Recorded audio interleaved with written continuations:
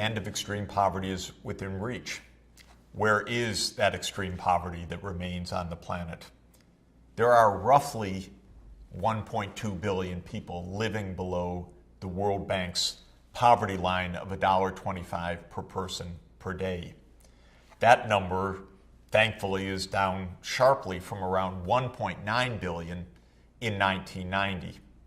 And as a share of the population of the still growing developing countries, the poverty rate has fallen by more than half to 20% or so in the year 2010.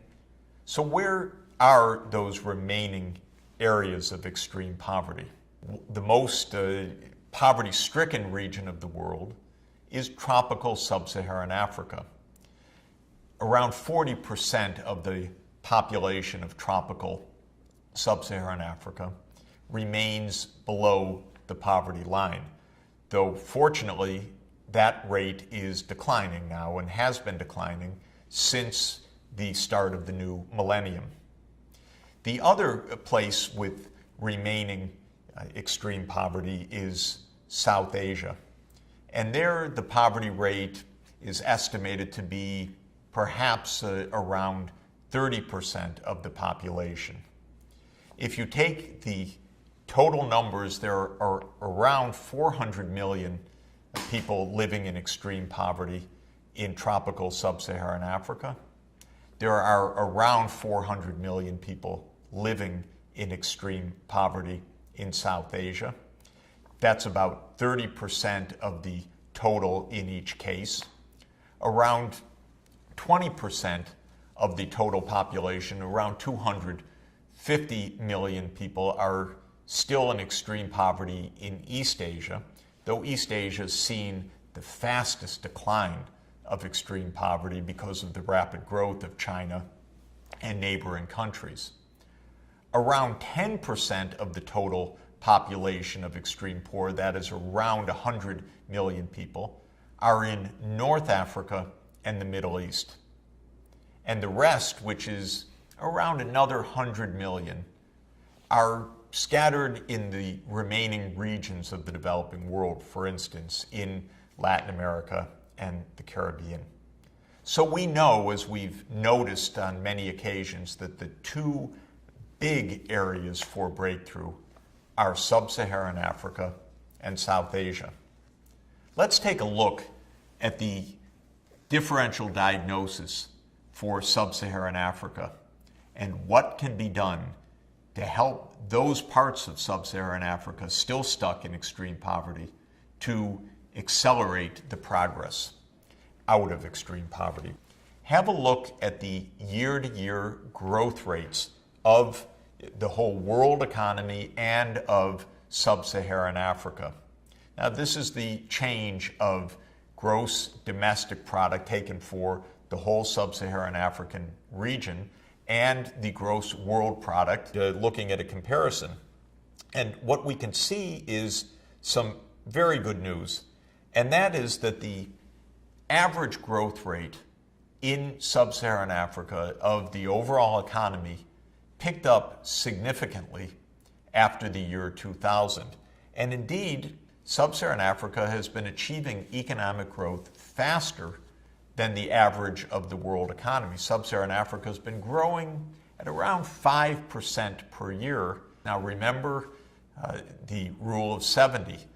If sub-Saharan Africa is growing at 5% per year, divide 70 by 5, that's 14. That says that the period it takes for the African economy to double in size would be about 14 years. So something's going right, and it's possible even to get faster progress. If we make a differential diagnosis of Africa's problems, of course we see that in those 7 big categories where we want to investigate, there are challenges and issues in nearly all of them. In the physical geography, we've seen the problems of disease and the number of landlocked countries and the distance of populations to the coast, which cry out for improved transport infrastructure, which cry out for improved public health, for example, to combat malaria a geographically determined disease. We've seen problems, cultural attitudes of very high fertility rates in very poor places, meaning that very poor households that have 6 or 7 or 8 children are not able to provide the investments in healthcare, nutrition, and education that their children need to get out of poverty. Of course, there have been many political failures and geopolitical failures as well. A lot of violence, many wars, though fortunately many of those wars have come to an end.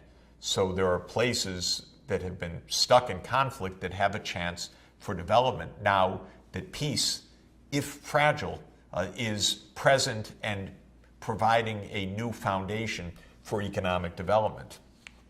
I think it's fair to say that we would want to look at 4 categories of investment in Africa for that breakthrough. The first is in rural development, especially to spur agricultural development. The second is in the urban areas. Africa, throughout its history, has been predominantly rural, but it's fast urbanizing, and therefore productive, dynamic cities that can meet the needs of their populations is crucial. The third category, broadly, I would say, is the national infrastructure, the road network, the rail network, the power grids, the management at large scale of water resources. Because Africa historically has been bereft of the vital infrastructure that it needs for national or regional development. And the fourth big category that I would bid us to look at is demography. And that is the challenge of Africa's still very, very fast population growth. So let's take a look at some of that. Turn first to the challenge of agriculture. As you can see in this map, which shows, according to color, the productivity of agriculture measured as the amount of grain produced on each hectare of farmland, we see that Africa is among the low yield parts of the world. On average, smallholder farmers in sub-Saharan Africa have gotten a yield, that is a grain output per hectare of farmland, generally of between half a ton and 1 ton of grain per hectare. Now, this is not good in international comparative terms.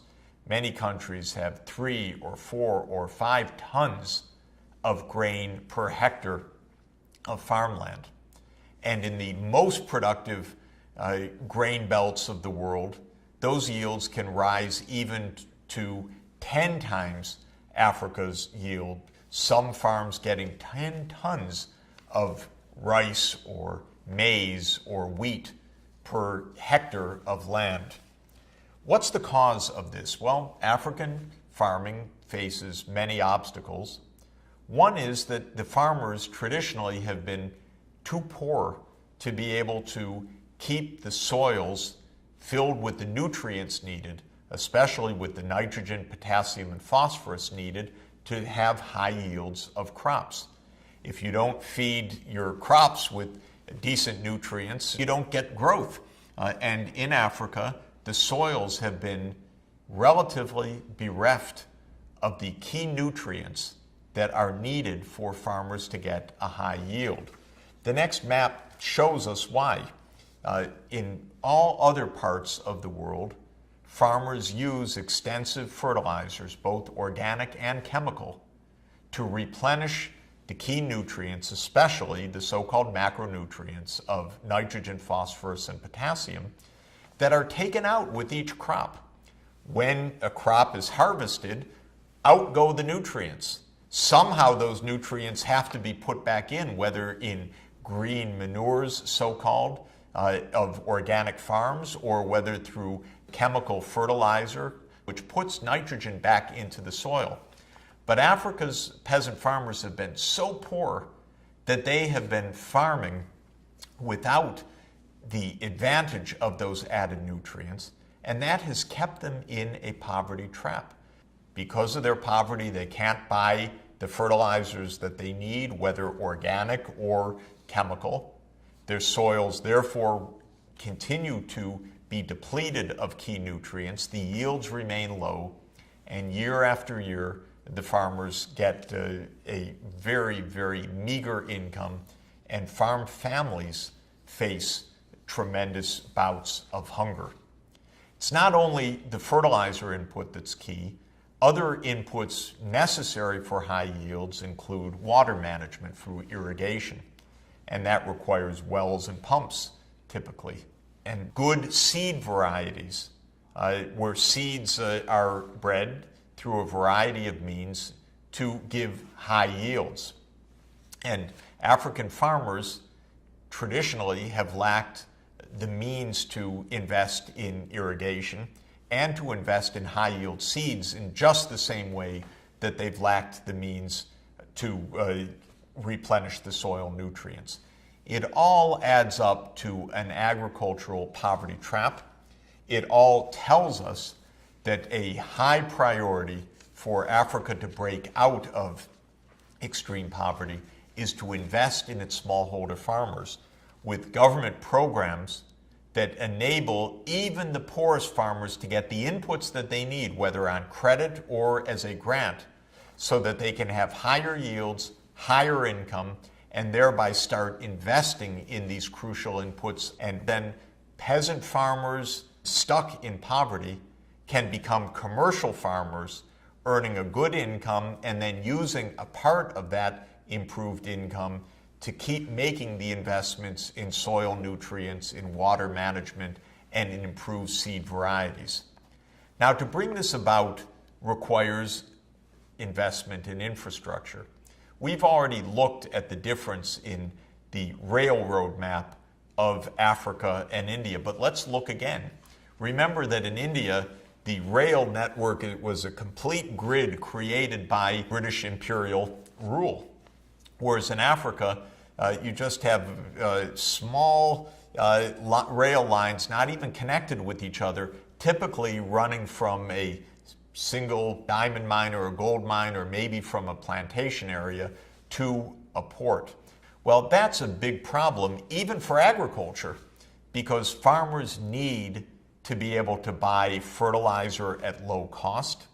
They need to be able to market their grain output and other output at low transport cost.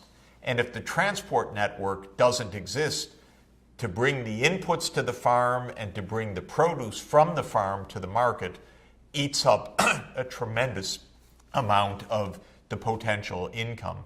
So investing in the basic transport infrastructure, whether it's the road network or whether it's the rail network, is also absolutely crucial. Other aspects of infrastructure are also especially important in the 21st century. I would say it should be taken as a given that there can be no economic development on a sustained basis without electrification.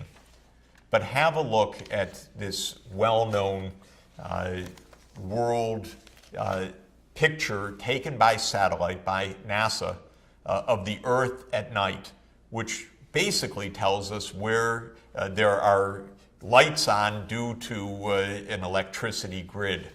And you can see the bright lights of the United States, the bright lights of Europe, the lights of China and Japan, the lights of the Arabian Peninsula and of India. But look at sub-Saharan Africa. It's lights out at night. A large part of rural Africa, and that's the predominant part of the African population, still lacks access to electricity.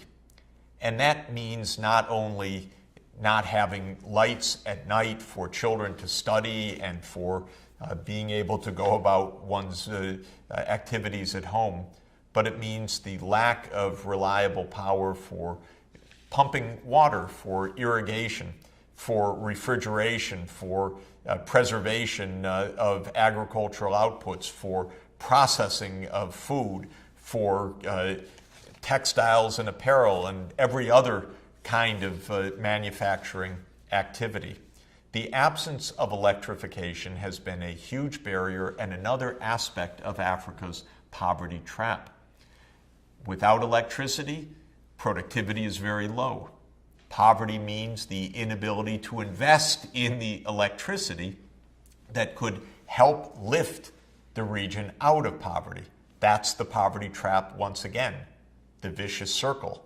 It has to be broken either by Africa taking loans to invest in infrastructure such as electrification, or by receiving grants and development assistance that would enable Africa, through the help of richer countries and international organizations, to be able to undertake those investments even if they can't be afforded out of Africa's income itself. Now, in the 21st century, another aspect of infrastructure worth mentioning is information technology. And here there's good news, because these technologies are so powerful and the costs of bringing them in have come down so much that Africa now has massive access to mobile telephony, reaching even the most remote villages. It has several submarine cables of fiber optics surrounding the continent and bringing increasingly the internet and broadband connectivity to Africa. Like the rest of the world, Africa is now poised for a breakthrough by targeted investments in agricultural productivity, targeted investments in the core infrastructure of Africa's fast-growing cities, targeted investments in the national scale infrastructure such as the road and rail network or the fiber network. Africa can make a breakthrough that has eluded it throughout its history. But there is one final point that is key, and that is that Africa, like the other parts of the developing world, also needs that rapid voluntary reduction of fertility rates so that economic growth can keep ahead of a rapidly growing population. Back in 1950, Africa's population was only 180 million people in the sub-Saharan region. By now, that population has increased roughly 5 times to a population of around 900 million. On the current fertility estimates, Africa's population would continue to soar, so that by the end of the 21st century, Africa's population would be an astounding 3.8 billion people. This is too much for Africa's physical environment, for the water, and for the crop yields, especially in an era of climate change. It's too much for very poor families needing to invest in the health, the nutrition, and the education of their children. So in addition to the investments in agriculture, in health and education, in roads, in rail, in fiber optics, in electrification, Africa too needs to invest in the rapid voluntary reduction of fertility rates of today's poor households, making sure that family planning and modern contraception are available, making sure that young girls aren't forced to drop out of school because they lack the income to go on, but have the opportunity to go on to a full secondary education and a university education, so that girls don't end up illiterate, married young, and starting on another cycle of poverty with 6 or 7 or 8 children. When Africa puts together that fourfold strategy of rural, urban, infrastructure, and demographic transformation, all within reach, Africa, like the rest of the world, will break free of the poverty trap, and by 2030, indeed